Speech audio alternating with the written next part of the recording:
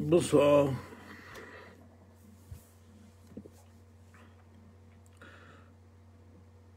Bonsoir, bonsoir.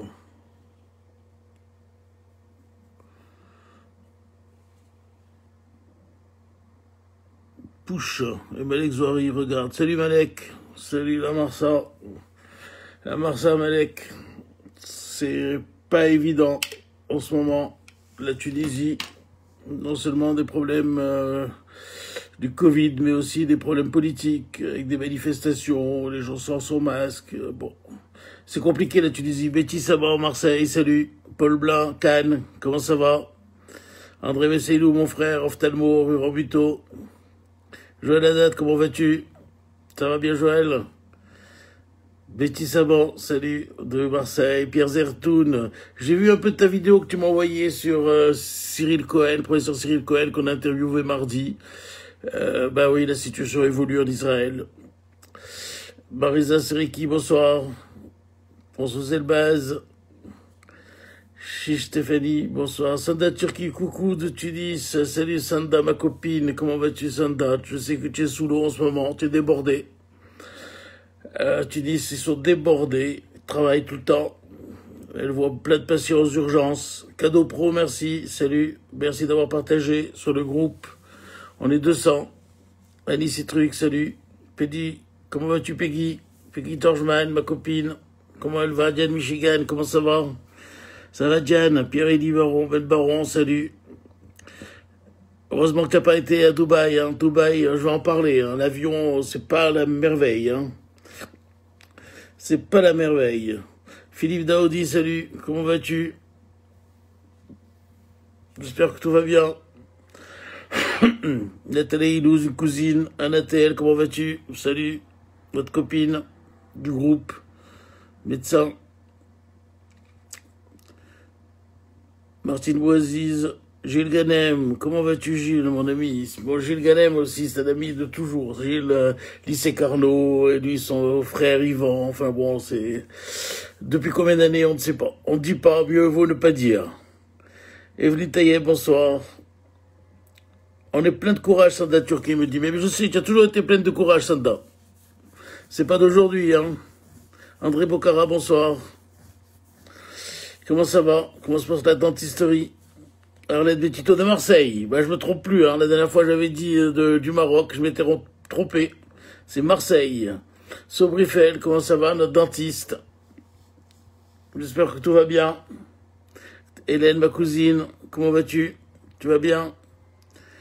Elle est malade. Elle est même malade, Peggy. Bah non, Peggy, ne me dis pas, tu vas faire un PCR demain. Allez, de bonnes nouvelles. J'espère que ce sera négatif. François Selbaz, salut. Zoé Hervé, comment vas-tu? Tu vas bien, Hervé? Tout se passe bien? Bon. Maryse Congelosi, comment ça va? Ça va, Maryse? Fais attention à toi. Nina Koubi, Cohen Koubi, notre nutritionniste, rue Daru. Comment vas-tu? Il y a des news par rapport à la colchicine. On va en parler. On va parler de la colchicine ce soir. Ce soir est une soirée d'espoir. Vous voyez, alors que la situation est quand même assez tendue, eh ben non, il y a de l'espoir. Il y a de l'espoir du côté des traitements. Ah, Leïla Zouari me dit qu'elle trouve pas la vidéo.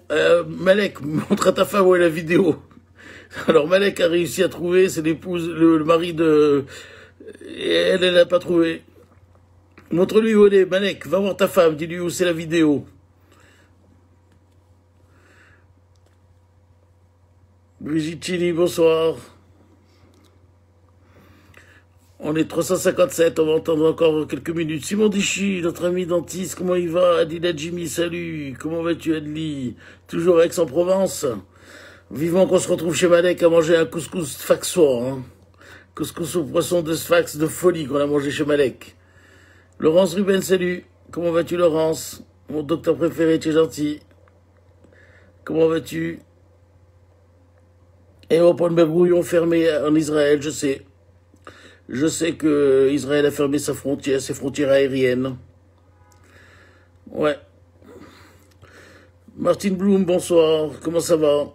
Ah, votre fils, il voyage trop, hein. Punta Cana, tout ça, Martin Bloom, hein, il faut lui dire, ça suffit, hein, je vais parler des avions, ça en a marre des voyages. Arrêtez de voyager, arrêtez de faire des fêtes, ça suffit, ça suffit, ça suffit. Rodi Sarfati, salut, comment vas-tu Rodi, moto, fais-nous une photo avec un biker. Rodi Sarfati, c'est un biker. Il est extraordinaire avec sa moto, son Harley, que Dieu le bénisse, c'est magnifique. Silvio Scoli, salut, comment vas-tu Silvio? Tout va bien? Une fois c'est sa femme, une fois c'est lui qui est sur la vidéo. Aujourd'hui c'est lui. La semaine dernière c'était sa femme. Arline, comment vas-tu? Bonne année, Carline, bonne année à toi. On a encore le temps de se souhaiter la bonne année. Comment va Audica? Arline travaille chez Audica. Si vous avez des problèmes auditifs, allez chez Audica. Nina Koubi est née à Sfax. Eh ben moi je vois alors, tu sais faire le couscous sfaxien, Nina. Nathalie de la vie. Salut. Salut Nathalie, comment vas-tu? Tout va bien? Bossez bien le congrès, hein? Céline Chélu, salut Céline, ma copine. Mais Céline Chélu, je l'adore. C'est une copine de... extraordinaire, une fille adorable, gentille, magnifique. Tout va bien. Bernard Salah, comment vas-tu, mon ami Bernard? Tonia Gomouri, comment ça va? Harold, j'espère que tout le monde va bien. Almed, la Jimmy, à Tunis. Comment vas-tu, Amel? Faites attention à vous à Tunis, faites très attention à vous à Tunis. Ne sortez pas si vous pouvez ne pas sortir. Michel Cohen-Zardi, salut Michel, comment vas-tu? Notre maman docteur du groupe, celle qu'on adore. Corinne Saban, ça, bah Corinne, c'est une copine. Corinne, j'ai pas la peine que je vous parle de Corinne Saban, c'est The Copine. Extraordinaire, fidèle, sympathique, toujours le sourire, c'est un plaisir. Daisy Chemla, bonsoir. Comment ça va? Et votre fille, comment va-t-elle?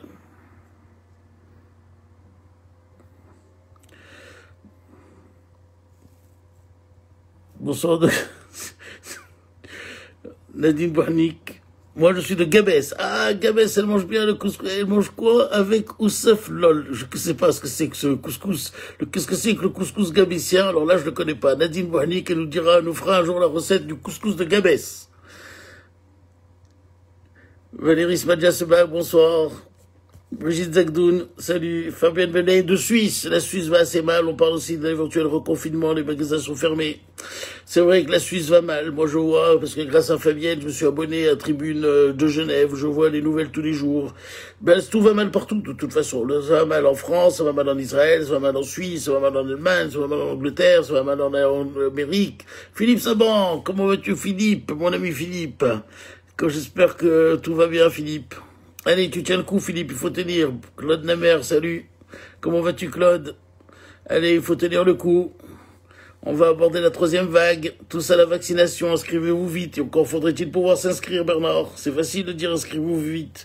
Il faut pouvoir s'inscrire. Beaucoup de gens ont du mal à s'inscrire.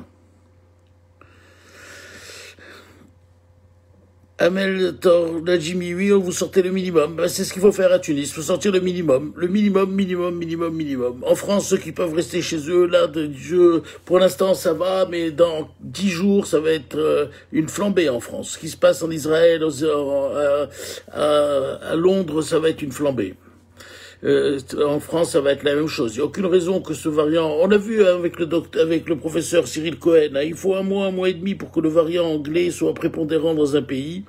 Or, il est arrivé en France le 7 décembre avec ce patient de Tours qui venait de Londres. On l'a identifié la première fois le 7 décembre, donc il faut compter fin janvier, début février. Il sera de manière très importante en France. Donc faites attention à vous. Malek la Jimmy, salut. Fais attention à toi aussi, Malek, à Tunis. Restez tranquille chez vous.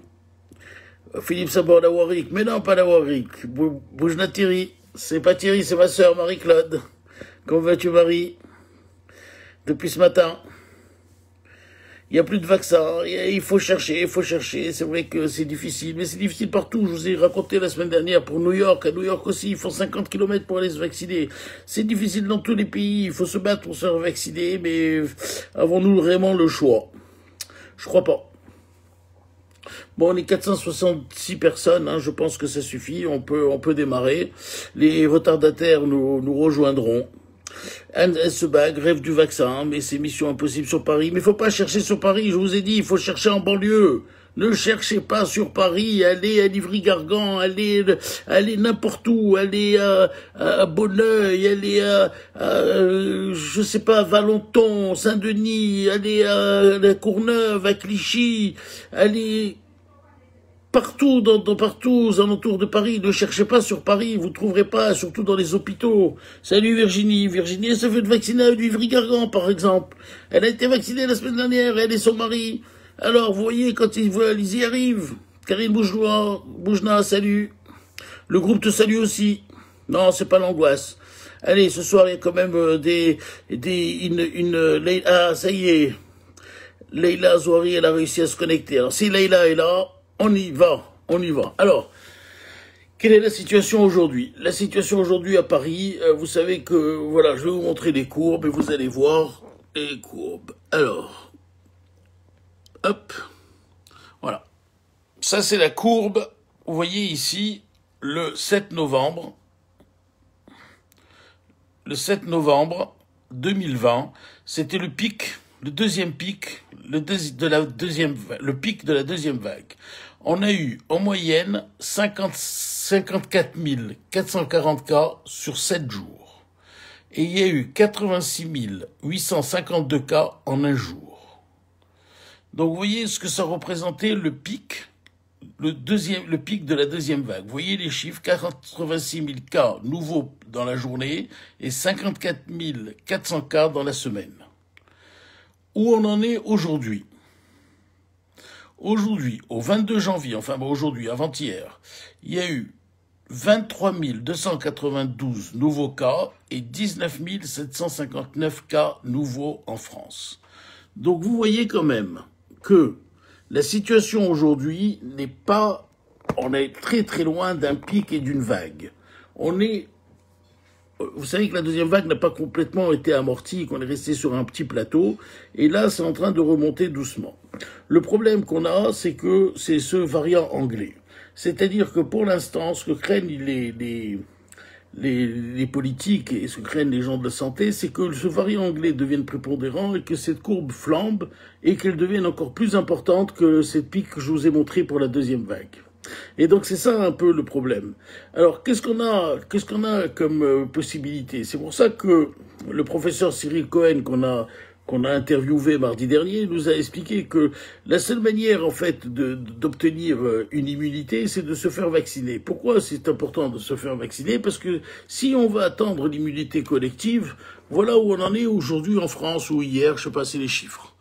En France, il y a nombre de cas, 3 11 257 cas. Donc vous comprenez que pour avoir l'immunité collective, on parle de 60% ou 70% de la population.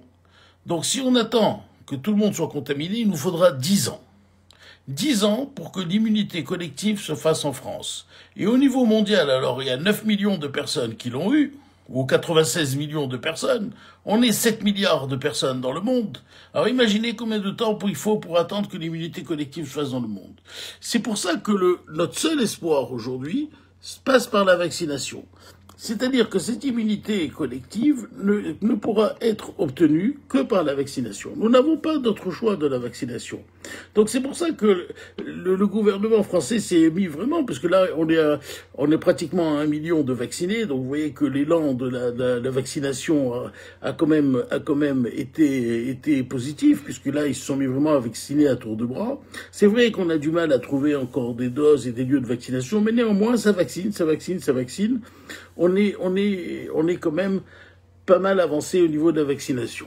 Alors, par rapport aux autres pays qui vaccinent, j'ai pris ici les chiffres des derniers, je crois que c'était la semaine dernière. Alors, bien sûr, vous savez que le pays qui est en tête des vaccinations, c'est Israël. Israël a vacciné 2 700 000, enfin, c'était la semaine dernière, je crois. C'est 30% de la population. Le deuxième État qui vaccine beaucoup, c'est les Émirats arabes unis.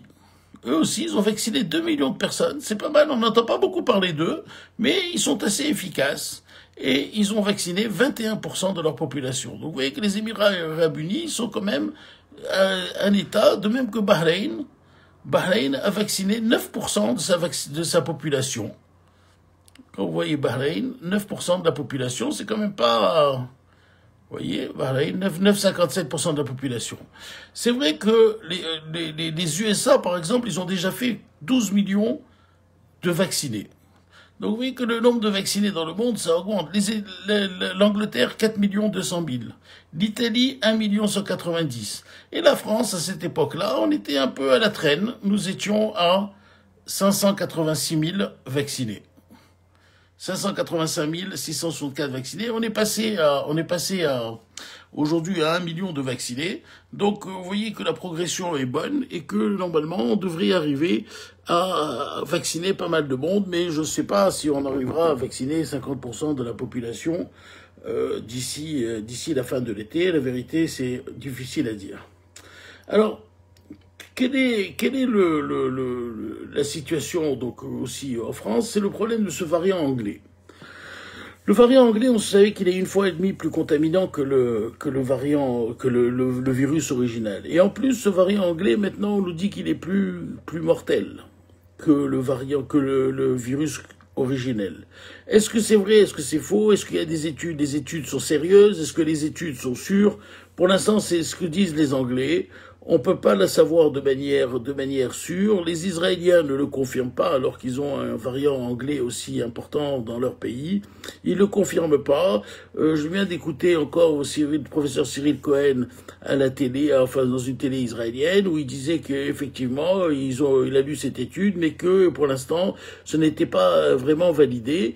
Le problème, c'est de savoir quand ce variant va arriver en France, parce que le problème, même s'il n'est pas plus mortel que l'original, du fait de sa contagiosité, je vous l'ai déjà dit, de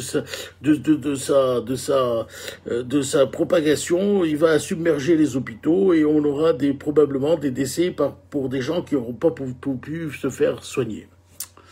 Alors, avant d'aller plus loin, je veux vous dire quand même que ce soir, il y a de l'espoir. Dans tout ce tableau un peu noir que je vous ai fait de tout ça, et avant de passer aux choses qui sont qui sont des choses banales du Covid, je voudrais vous dire quand même que ce soir, on a deux espoirs. On a deux espoirs, et là je remercie Virginie Smadja qui m'a envoyé cette étude canadienne, c'est la colchicine. Vous savez, c'est la colchicine, c'est un vieux médicament. Vous avez tous entendu parler de la colchicine. C'est un anti-inflammatoire qui a été découvert en 1890. Enfin, on l'utilise depuis de très nombreuses années. C'est un médicament qui a toutefois des effets secondaires dont il faut tenir compte, avec des interactions médicamenteuses qui ne sont pas négligeables. Mais c'est un médicament que l'on utilise très bien. Et il faut dire qu'au Canada, ils ont fait une étude avec la colchicine sur 4159 patients à risque de complications, dont le diagnostic de Covid était sûr. C'est-à-dire qu'on a pris 4159 patients avec un PCR positif, avec des risques avec des comorbidités, et on les a traités avec de la colchicine. Et ça a été une étude qui a été lancée en mars dernier. Je ne sais pas pourquoi ils ont utilisé ce truc. On sait que c'est un anti-inflammatoire puissant, mais ils ont fait l'étude avec ça. Et le centre hospitalier de l'Institut cardiologique de Montréal, il annonce une percée majeure dans le traitement de la Covid-19. C'est pas tous les jours que vous entendez une percée majeure dans le traitement de Covid-19 avec une étude sur 4159 patients. Parce qu'une étude sur 4159 patients, et je vais vous montrer tout à l'heure comment l'étude a été faite, c'est quand même pas banal aujourd'hui au niveau du Covid. C'est quelque chose dont il faut tenir compte, c'est une étude qui a l'air sérieuse et dont les résultats sont quand même assez prometteurs. Donc ce soir, je vous le dis, il y a de l'espoir. Tout n'est pas fichu. On peut avoir de l'espoir parce que il y a cette molécule que l'on connaît bien et qu'on maîtrise bien, semble avoir donné des résultats. Et donc, c'est le professeur Claude Tardif, qui est le chercheur principal de cette étude Corona, directeur du centre de recherche de l'Institut cardiologique de Montréal, qui a fait cette annonce. Et il dit, on a finalement un premier traitement qui peut aider les patients atteints de la Covid-19 avant leur admission à l'hôpital pour prévenir les hospitalisations, prévenir les intubations et prévenir les décès. Donc c'est un médicament qu'il faut donner en amont, c'est-à-dire quand le malade est à la maison, et le fait de donner ce genre de ce colchicine à ces patients quand ils sont tout de suite contaminés, éviterait des hospitalisations, des intubations et surtout des morts. On va voir les chiffres, c'est-à-dire que c'est une vraie étude. C'est pour ça que c'est important. Je pense que c'est la première fois depuis mars que je vous parle. Je vous avais donné plein d'espoir sur des produits tosolumables, des trucs, mais il n'y avait pas d'étude. Là, c'est une vraie étude. C'est une étude médicale, randomisée et vraiment claire. Alors, je vous lis. Chez 4159 patients qui présentaient un facteur de risque de complications et dont le diagnostic de Covid-19 a été validé par un test PCR, donc c'est sûr que c'était des Covid positifs, avec des tests positifs, la colchicine a entraîné une baisse d'hospitalisation de 25%. C'est pas 100%. Mais c'est pas mal. Une baisse de la ventilation, donc une baisse de l'intubation. Vous savez que la catastrophe dans cette maladie, c'est quand vous faites intuber. Parce que on va vous mettre sur le ventre, sur le dos, et des trucs, vous allez rester 15 jours, 3 semaines, c'est la catastrophe. Donc une baisse du besoin de ventilation de 50% et une diminution de décès de 44% par rapport au groupe témoin. Ces chiffres sont énormes. Je veux que vous réalisiez que c'est énorme. C'est un vrai espoir, c'est une vraie percée. C'est vraiment peut-être aussi un autre tournant avec le vaccin. Peut-être qu'on commence à trouver des médicaments qui commencent à marcher sur ce Covid. Tout le monde s'est braqué.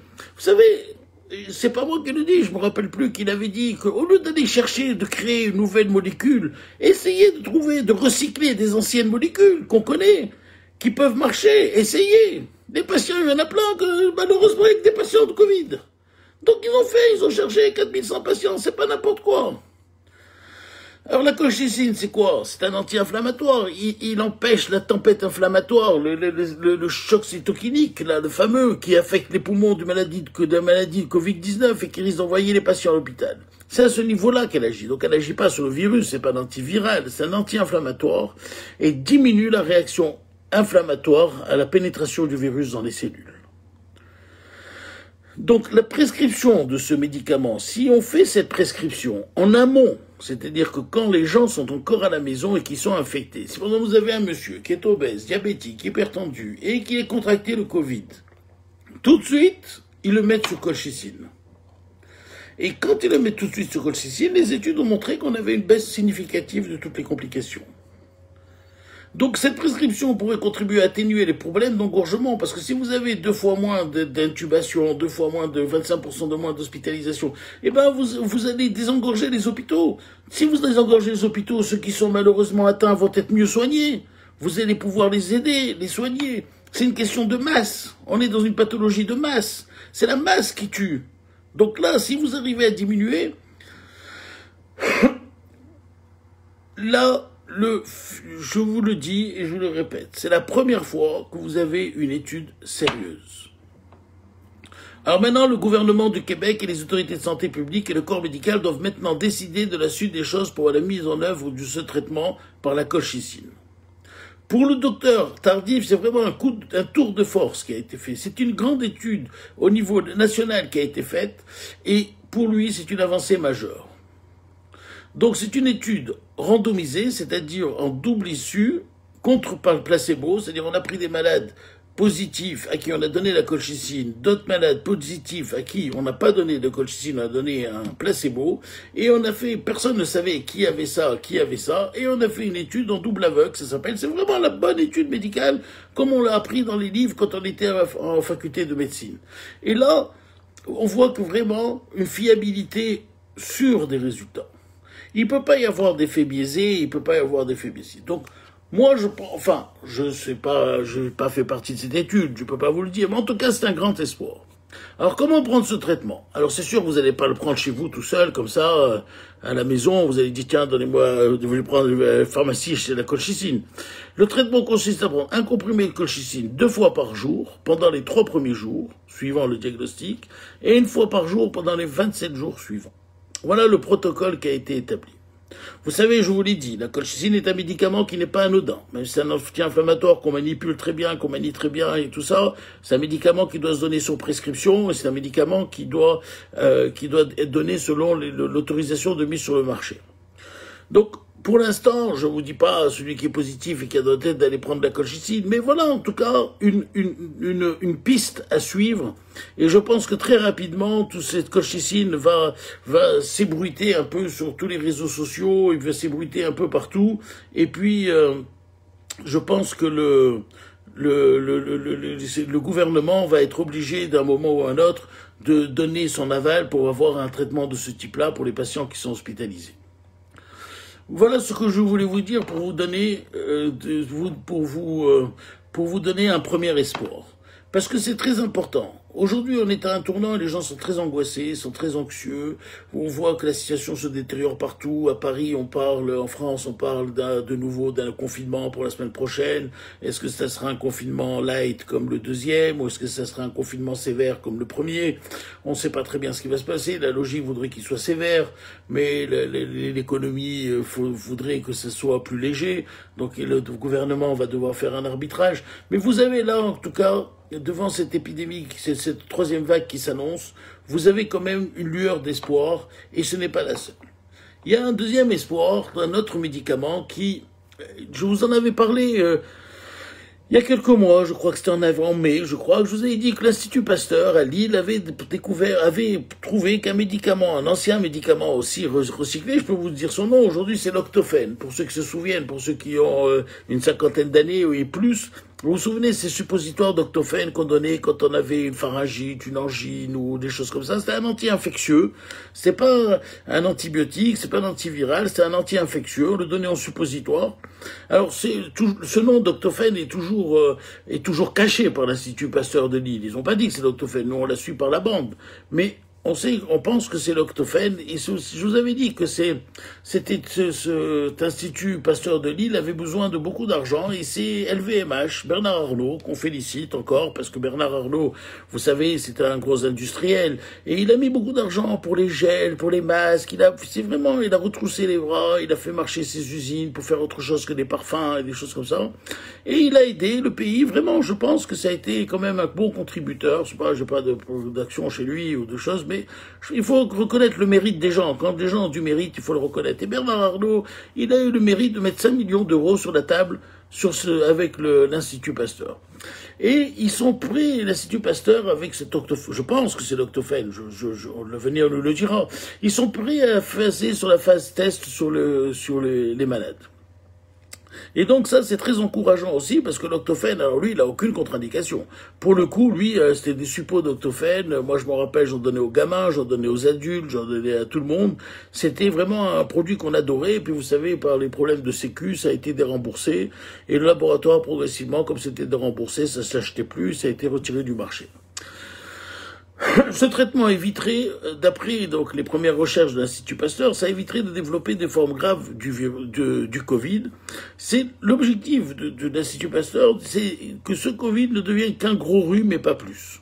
Alors voilà quelque chose qui est surprenant et très intéressant. Voilà encore un espoir. Vous voyez bien qu'il y a de l'espoir. Ce soir, c'est la soirée de l'espoir. C'est pas la soirée du désespoir, comme vous pensiez. J'allais vous dire, on est foutus, on va tous mourir, on va sortir, il faut sortir, l'anglais va nous tuer, tout ça. Non, l'anglais, on l'a déjà bloqué. Vous vous souvenez de l'anglais? Jeanne d'Arc, on avait appelé Jeanne d'Arc, elle a bouté l'anglais hors de France. Eh ben, Jeanne d'Arc, elle va revenir, elle ne laissera pas l'anglais nous bouffer.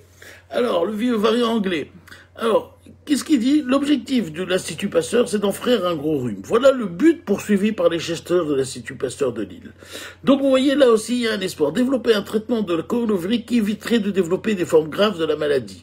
Le centre de recherche lillois approche de ce but en ce début d'année, explique Xavier Nassir, le directeur général de l'Institut Pasteur de Lille. Dans les prochains jours, il va demander le feu vert aux autorités de santé pour débuter les tests chez les patients. Et les patients, il y en a plein. Alors, il y en a plein. Donc, les tests vont commencer chez l'homme. Et quand ça va commencer, ça va aller très vite. Ça va aller très vite. C'est parce que les essais cliniques, quand ils sont bien faits, randomisés, surtout que ça doit être des produits qu'on doit prendre en début de maladie. Donc, c'est pour voir comment ça évolue si on prend ce produit par rapport à ceux qui auront des placebos. Donc on va aller très vite. Donc, ils ont besoin de commencer cette étude et ils espèrent commencer les cliniques là en début février. Donc, vous voyez, voilà encore un autre espoir. Donc, la colchicine, l'octophène, ce médicament qu'on prenait avant comme un suppositoire est issu d'une molécule connue, puisqu'ils ne veulent pas dire leur nom, l'octophène. Elle a été utilisée des dizaines d'années en France, c'est vrai. Moi, je me rappelle l'avoir utilisé l'Argamanu. Il dit avant d'être jugé d'efficacité médiocre et un déremboursement des médicaments, voilà. Voilà, donc ça, ce produit, on le connaît, on sait qu'il n'a pas d'effet secondaire. Si tout se passe bien, les tests en double aveugle sur des malades volontaires du coronavirus débuteraient en février et en l'absence de complications, il n'y en aura pas des complications. On l'a utilisé des milliers de fois. Les résultats peuvent tomber avant la fin mai. Donc en gros, on est quand même très confiant sur le fait qu'il s'était de la molécule souris Xavier Nassir. Et il nous rappelle que les travaux sont financés à hauteur de 5 millions d'euros par un don fait par LVMH. Donc voilà encore un autre espoir. Voilà, vous en avez deux, mais c'est pas tout. Il y a la troisième, la vitamine D. La vitamine D, je vous en avais parlé, la vitamine D. La vitamine D, je vous avais dit prendre la vitamine D. Prenez régulièrement de la vitamine D. Je vous ai dit tous les mois un petit ampoule de vitamine D, c'est bon. Eh ben voilà, encore un truc, encore un espoir. La vitamine D, c'est bon. C'est ça, qui c'est vitamine, c'est le CHU d'Angers, le centre hospitalier universitaire d'Angers. C'est eux qui ont dit, prenez la vitamine D. 73 signataires de la Société française d'endocrinologie, de pédiatrie, Société francophone de néphrologie, de dialyse, l'Association française de lutte contre l'antirhumatisme, la Société française de gériatrie, de gérontologie, la Société française d'endocrinologie, diabétologie pédiatrique. Ils ont fait un appel. Qu'est-ce qu'ils disent ? Un appel qui précise bien que même si la vitamine D n'est pas au même niveau que la vaccination ou les gestes barrières, mais un adjuvant utile pour contribuer à prévenir l'infection par le SARS-CoV-2, mais aussi surtout le risque de formes graves de Covid-19, de passage en réanimation et de décès liés au virus, comme le rappellent nos confrères. Une distribution massive de vitamine D dans d'autres pays a également été envisagée avant de le mettre en place. C'est le cas en Angleterre, qui selon nos confrères du Guardian annoncé lundi 16 novembre 2020 est sur le point de distribuer massivement de la vitamine D. Prenez de la vitamine D. Il faut prendre de la vitamine D. Moi, j'en prends tous les mois, Zimadé, 80 000, en avant, marche, une ampoule. C'est très bon pour votre immunité. Et ils le disent, c'est pas moi qui le dis. Si c'était moi, quand je vous l'ai dit, vous m'avez cru. Je sais que vous m'avez cru, je sais que tout le monde prend de la vitamine D. Mais ce que j'ai dit, moi, il y a 4 mois, voilà. Il a fallu attendre lundi 18 janvier 2021, 73 signataires parmi toutes ces sociétés savantes que je vous ai dit. Pour vous dire, prenez de la vitamine D, il vous empêchera peut-être. Ils espèrent. Alors, ils diminuent surtout le risque de formes graves de Covid, de passage en réanimation et de décès. Donc, qu'est-ce que vous perdez? Prenez. Si c'est faux, vous ne perdez rien d'en prendre. Si c'est vrai, vous avez gagné de pas aller en réanimation. Toujours, dans ce Covid, balance, bénéfice, risque. Qu'est-ce que je bénéficie? Quel est mon bénéfice si je prends la vitamine D? Mon bénéfice, c'est que peut-être j'arrive pas en réanimation. Le risque, il n'y a aucun risque de prendre de la vitamine D. Vous n'allez pas en prendre tous les jours et faire une surdose de vitamine D. Donc vous faites la vitamine D. Allez-y, 3 espoirs, la colchicine, l'octophène, la vitamine D. C'est le bonheur ce soir. Alors, au milieu de cette troisième vague. Non, je rigole parce que c'est peut-être trop. Non, parce que c'est peut-être un rire nerveux, hein, peut-être, hein, parce que là vraiment, c'était un peu. Mais c'est vrai en tout cas. En tout cas, ce soir, c'est la soirée de l'espoir. Alors que vous étiez sûr, vous allez arriver, vous allez dire, on va pleurer, il va nous dire, on va tous mourir et tout. Là, on va pas tous mourir. J'espère, si Dieu veut, on sortira tous ensemble de cette crise et on rigolera comme on a rigolé les années d'avant et on se fera des kiffs comme on a toujours fait. Allez, vous allez voir, 3 espoirs ce soir et je vous assure que c'est pas. Tout ce que je vous dis, c'est des études sérieuses. Je rigole peut-être quand je vous le dis, mais c'est des études sérieuses. Je ne me serais jamais permis de vous donner des informations qui ne soient pas étayées par des études que j'estime sérieuses, que moi j'estime sérieuses, ou par des instituts que j'estime sérieux. L'Institut Pasteur de Lille, c'est sérieux. Les histoires de la vitamine D avec les 73 signataires du centre hospitalo-universitaire d'Angers, c'est des gens sérieux. Et le professeur du Canada, c'est des gens sérieux aussi. Jamais, jamais, jamais, je n'aurais parlé d'études qui n'auraient pas un support médical sérieux. Donc si je vous dis ça, peut-être que je vous le dis sur le ton un peu pas ironique, mais là je suis sérieux et je vous le dis. Si je me permets de vous dire ça, c'est que vraiment, c'est la réalité des choses et que l'espoir va peut-être apparaître ce soir. On ne sait pas, mais en tout cas, suivez ça. Pour la colchicine, je vous dirai en temps et en heure si c'est marqué, si on pourra le pratiquer en ville. Pour l'instant, voilà, ça vient de sortir. Pour l'instant, je ne crois pas que ce soit très utile que demain matin, tous les PCR positifs prennent de la colchicine. En tout cas, vous pouvez demander à votre médecin de prendre de la colchicine. Si vous n'avez pas de contre-indication, peut-être, voyez avec lui, vous voyez. En tout cas, c'est une étude qui nous semble sérieuse et qui, de toute façon, est sortie de manière officielle. Donc voilà ce que je voulais vous dire pour commencer cette truc, parce que je voulais pas commencer par des trucs trop angoissants. Enfin, je voulais pas vous commencer que par la situation actuelle, qui, vous savez, elle est pas bonne, donc c'est pas la peine de commencer. Donc je commence par l'espoir. Et après l'espoir, on va passer au désespoir. Non, c'est pas vrai. On va passer au désespoir. On va parler. Non, alors je voulais vous dire quand même que c'est des choses qui sont importantes, parce que vraiment il y a des choses qui commencent à nous agacer. Parce que vous savez, en Israël par exemple, en Israël, c'est devenu une histoire de fou l'Israël. Pourquoi on a posé la question au professeur Cyril Cohen dimanche. Mardi, quand on l'a interviewé. C'était exceptionnel, Cyril Cohen. Ceux qui n'ont pas vu la vidéo de Cyril Cohen, précipitez-vous. C'était très très beau. Je vous le dis en toute franchise. Pas parce que j'ai participé, mais c'était vraiment, on répondait à tout sur la vaccination et le Covid. C'était d'un très très très bon niveau. Alors, il disait en Israël, je lui dis, mais pourquoi en Israël, vous avez autant de vaccinés, autant de malades? Et puis, il nous a répondu, parce que les gens n'ont pas respecté le confinement, et puis, les gens voyagent et tout ça. Et effectivement, j'ai repris, j'ai lu un peu les journaux, un truc. Qu'est-ce qu'on voit dans les journaux israéliens? À Ashkelon, par exemple, il y a un mariage, avec des dizaines, ils ont rentré la police, ils ont trouvé un mariage. Les forces de police israéliennes ont localisé un mariage qui a eu lieu dans la ville de Ashkelon avec des dizaines d'invités, dont certains se sont cachés. Et dans tous ces invités, ils ont trouvé une femme qui était positive. Elle s'est sauvée de chez elle, positive. Elle est partie au mariage. Non mais vous pouvez imaginer ça? Comment voulez-vous que l'épidémie ne se réponde pas? Elle est positive, elle s'est sauvée. C'est-à-dire on sait qu'elle est positive, parce que vous savez qu'en Israël, ils sont traqués. Donc quand ils sont positifs, on doit bloquer la maison. Ah non, elle est au mariage. Mais ça se passe en France. Mon frère, il me dit, quand il y a des bar mitzvahs, des mariages, ou des fêtes, ou n'importe quoi, tout le monde est là. Alors, la force de police peut intervenir, voilà, lorsque les policiers sont arrivés, ils ont remarqué une foule de personnes à l'intérieur du hall, certains assises, d'autres dînant autour de table, et une enquête préliminaire s'agissait de mariage qui avait lieu sur les lieux. Sur la table, dans la salle, on a trouvé des tables où des dizaines d'autres invités ont dîné, qui avaient déjà quitté l'événement. La police est arrivée aux toilettes, certaines femmes avaient participé, se cacher dans les toilettes. Enfin, je vous dis, une sorte de fou, quoi. Les gens vont à un mariage normalement. Donc voilà pourquoi. Parce que le confinement qu'il y a en Israël, les gens ne le respectent pas à 100%. Il faut le savoir. Quand l'épidémie se propage, c'est qu'il y a une raison. Il y a pas, c'est pas comme ça. Je vous l'ai toujours dit. Le virus, il se promène pas dans l'air. C'est l'homme qui propage le virus, et c'est pas le virus qui se propage tout seul. Si l'homme n'est pas là pour amener le virus quelque part, le virus n'ira pas tout seul quelque part. C'est nous qui amenons le virus là où on va. Donc si vous n'allez pas, eh ben vous n'aurez pas. Voilà.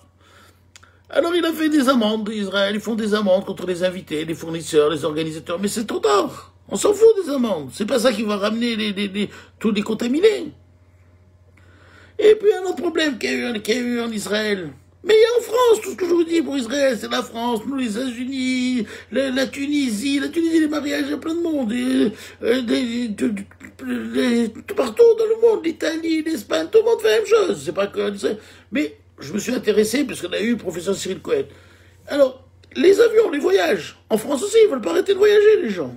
Ils ne veulent pas arrêter de voyager. Ils n'ont pas compris qu'il faut arrêter de voyager. Je le dis chaque semaine. Chaque semaine. Il faut arrêter de voyager. En Israël, en 3 mois, il y a 4284 vacanciers atteints du corona qui ont atterri en Israël. Mais ce que je dis, 4284 corona en Israël, mais en France, il y a dû avoir 40 000. C'est pas 4 000, il faut 20 000. Aux États-Unis, 50 000. Partout. Il n'y a qu'en Chine où tout est bloqué. Alors le nombre de personnes qui venaient de l'étranger, les principaux pays rapatriés sont la Turquie, Dubaï, Bien sûr, Dubaï. Qui c'est quoi pas à Dubaï? Et il m'a téléphoné, mon copain. J'étais à Dubaï, j'étais à Dubaï. Je lui ai dit, va te faire foutre, toi, t'es à Dubaï. Tu crois que je vais rager parce que j'étais à Dubaï? Mais je t'envie pas du tout.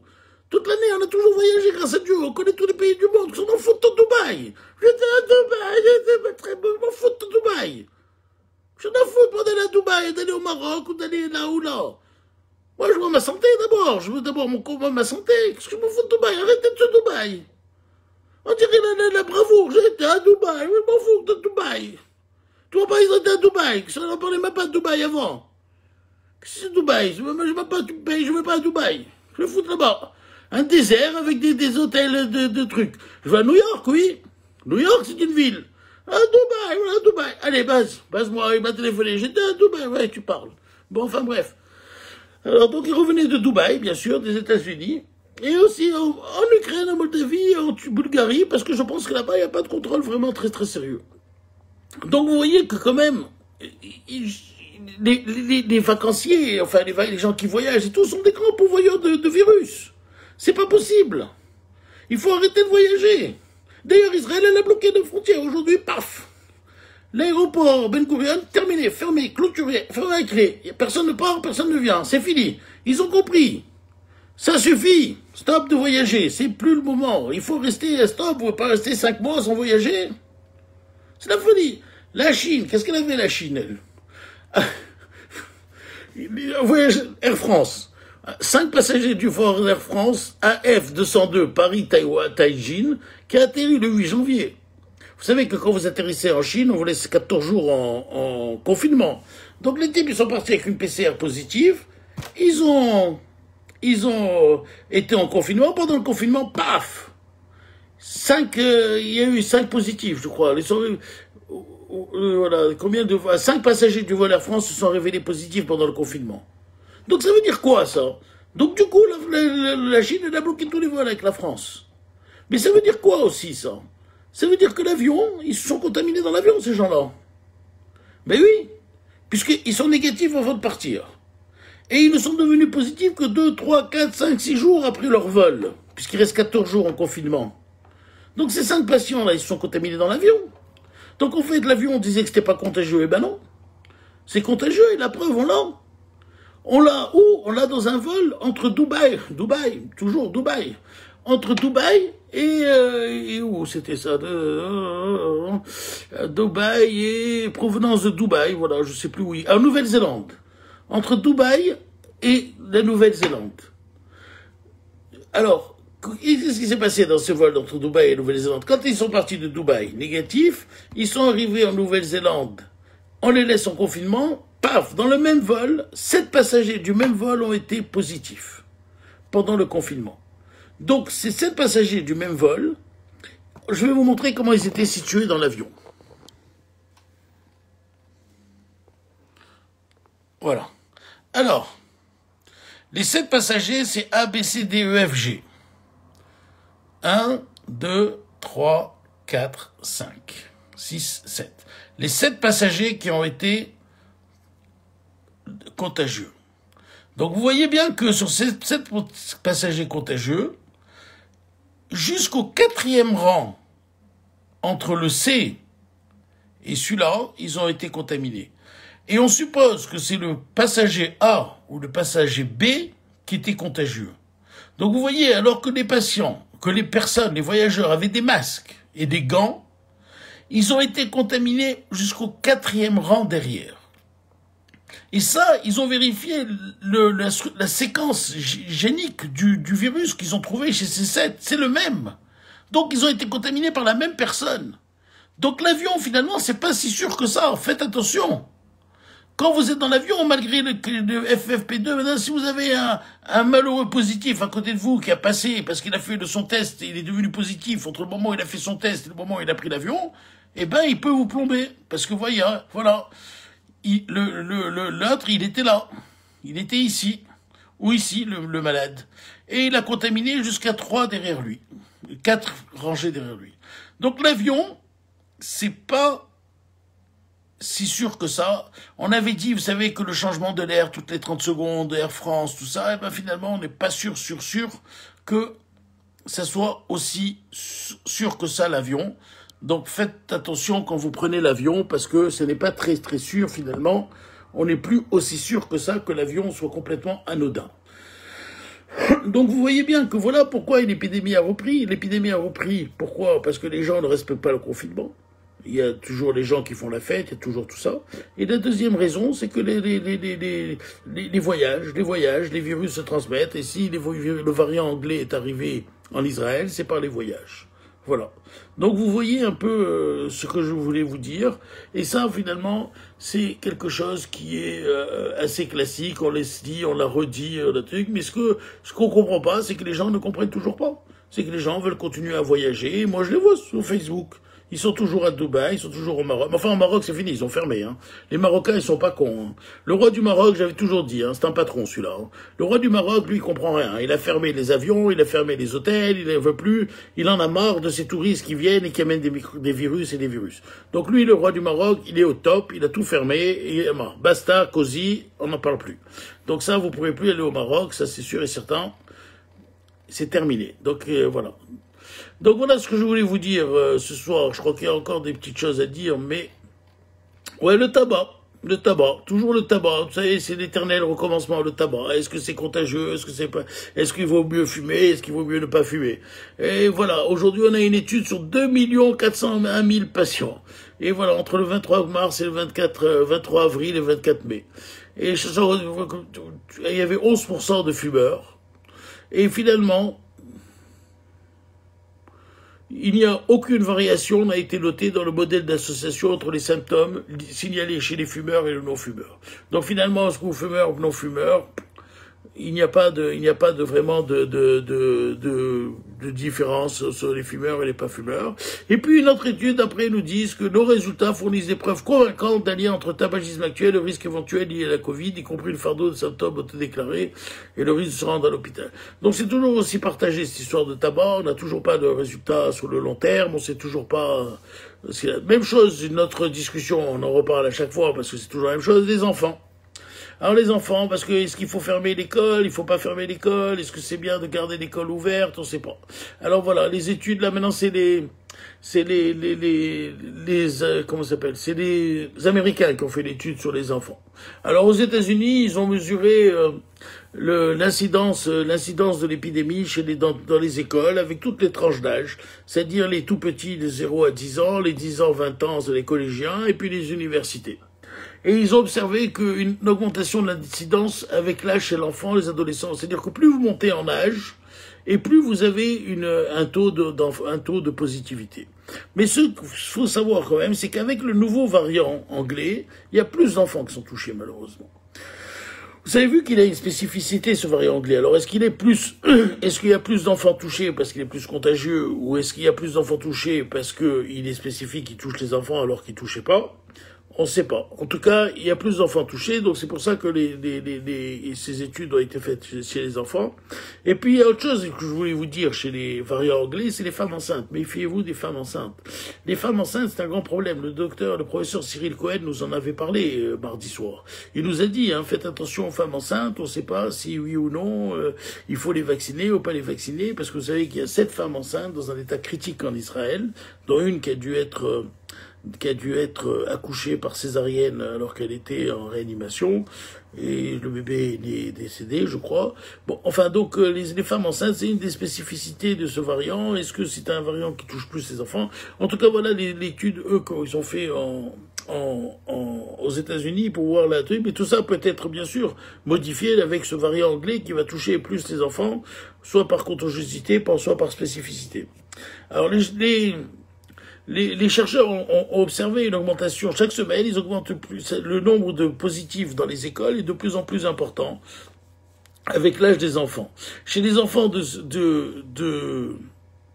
chez les enfants âgés de 0 à 10 ans, le taux de positivité était systématiquement inférieur que chez les enfants d'un peu plus âgés. C'est-à-dire que plus vous montez en âge et plus le taux de positivité était important. Mais vous savez, ces études sur les enfants, on en a tellement entendu qu'on ne sait plus lesquelles croire. Moi, j'ai toujours dit que les enfants étaient des sources de contamination, mais bon, après, vous voyez, maintenant, ils disent que Voilà, une incidence plus faible chez les jeunes enfants et les données probantes tirées des études disponibles suggèrent que le risque de Covid-19, l'introduction et la transmission chez les enfants associés à la réouverture des garderies et des écoles pourrait être inférieure à celle pour la réouverture des écoles secondaires et des établissements supérieurs. C'est-à-dire que pour eux, à l'issue de cette étude sur je ne sais plus combien d'enfants, il est moins dangereux d'ouvrir les écoles de petites classes que d'ouvrir les collèges et surtout le campus universitaire. Alors les campus universitaires, pour eux, c'est la catastrophe. C'est là où il y a le plus de contamination. Donc voilà ce que je voulais vous dire ce soir. Voilà, donc ce soir, vous voyez, contrairement à ce que vous croyez, ça n'a pas été une soirée catastrophique. Ah oui, une grippette. Ah oui, je voulais vous dire, pour terminer. Il y en a, vous vous souvenez, au début de cette épidémie, ils ont dit, ah, c'est une grippette. De quoi vous êtes? Moi, j'ai un copain cardiologue, radiologue, il me dit, mais Gilou, tu nous embêtes avec ton Covid. C'est une grippette. Comment une grippette? Voilà les taux de mortalité. C'est la troisième cause de mortalité aux États-Unis au jour d'aujourd'hui. Voilà les chiffres de la grippette. Voilà les taux de mortalité, les causes de décès. Vous voyez qu'en fonction de l'âge, vous avez le nombre de décès par million d'habitants. Vous voyez que, par exemple, entre 65 et 74 ans, il y a 1575 morts pour 1 million d'habitants, alors qu'il y a 2516 morts par cardiopathie. C'est-à-dire, cardiopathie, c'est la première cause de mortalité normale aux États-Unis. C'est plus que le cancer. C'est-à-dire, on meurt plus du Covid en 2020 qu'on est mort du cancer. Même pour les 75 ans, il y a eu 3800 morts du Covid. Il y a eu plus de malades morts du cancer et de cardiopathie. Pour les plus de 85 ans, il y en a eu plus de morts à cause du Covid qu'à cause du cancer. Donc vous voyez quand même, c'est pas... Alors par contre, la bronchite chronique obstructive, les accidents de la route, ça n'a aucun rapport. Donc vous voyez que quel que soit l'âge, sur la totalité, sur la population, il y a eu 699 morts pour 1 million d'habitants aux États-Unis comme cause de décès. Vous voyez que c'est la troisième cause de décès globale par rapport à... La première, c'est le cœur, la deuxième, c'est le cancer, mais vous voyez quand même que c'est très très important. Donc ceux qui nous avaient dit c'est une grippette, et je leur dis aujourd'hui, vous vous êtes trompés, ce n'était malheureusement pas une grippette. On aurait bien voulu souhaiter que ce soit une grippette, mais ce n'était pas une grippette, et on s'en rend compte tous les jours que ce n'est pas une grippette, et c'était vraiment... voilà. Voilà ce que je voulais vous dire. Enfin, pour vous dire, j'espère que certains d'entre vous n'ont pas été arnaqués par une dame des Hauts-de-Seine qui se faisait passer pour qui passe en procès là et qui se faisait passer pour un médecin, et qui proposait des tests dans les Hauts-de-Seine. J'espère que certains d'entre vous ne sont pas fait arnaquer. Cette femme assurait pouvoir détecter le virus, elle venait à domicile, elle prenait 70 €. Ils ont découvert que c'était un faux médecin et une fausse truc, parce que tous les tests étaient négatifs, bien sûr, puisqu'elle ne faisait pas les tests. Elle prenait les 70 €, elle disait que c'était négatif, et donc voilà, et là elle va être jugée, jeudi dernier elle a été jugée au tribunal de Nanterre. C'est bien fait pour elle, on joue pas avec la santé des gens, et vraiment, alors arnaquer des malades, alors là c'est la pire des choses, et c'est vraiment pas... Voilà, donc c'est très bien ce soir, voilà, on a plein d'espoir, plein de bonnes nouvelles. J'espère que tout ça va se concrétiser, que l'épidémie l'anglais restera à nos portes. On va lui mettre Napoléon et on va lui mettre, comment elle s'appelle, Jeanne d'Arc, qui va les empêcher de rentrer en France, mais je ne crois pas que ça sera suffisant. En tout cas, je vous souhaite à tous une excellente semaine. J'étais content de faire avec vous ce live, je vois que tous les copains sont là. Sissi Bakouche, bonsoir pour la Tunisie. Il y avait beaucoup de Tunisiens ce soir qui regardaient. Geek Torza, salut, comment vas-tu? Geek Torza, son père a été un collaborateur avec mon père pendant des années, un mec merveilleux. Allez, salut, je vous embrasse à tous et je vous dis, comme d'habitude, ensemble nous sommes plus forts et gardez l'espoir, gardez la raison, tout cela va finir par se terminer parce que nous allons trouver le remède. Salut tout le monde, ensemble nous sommes plus forts.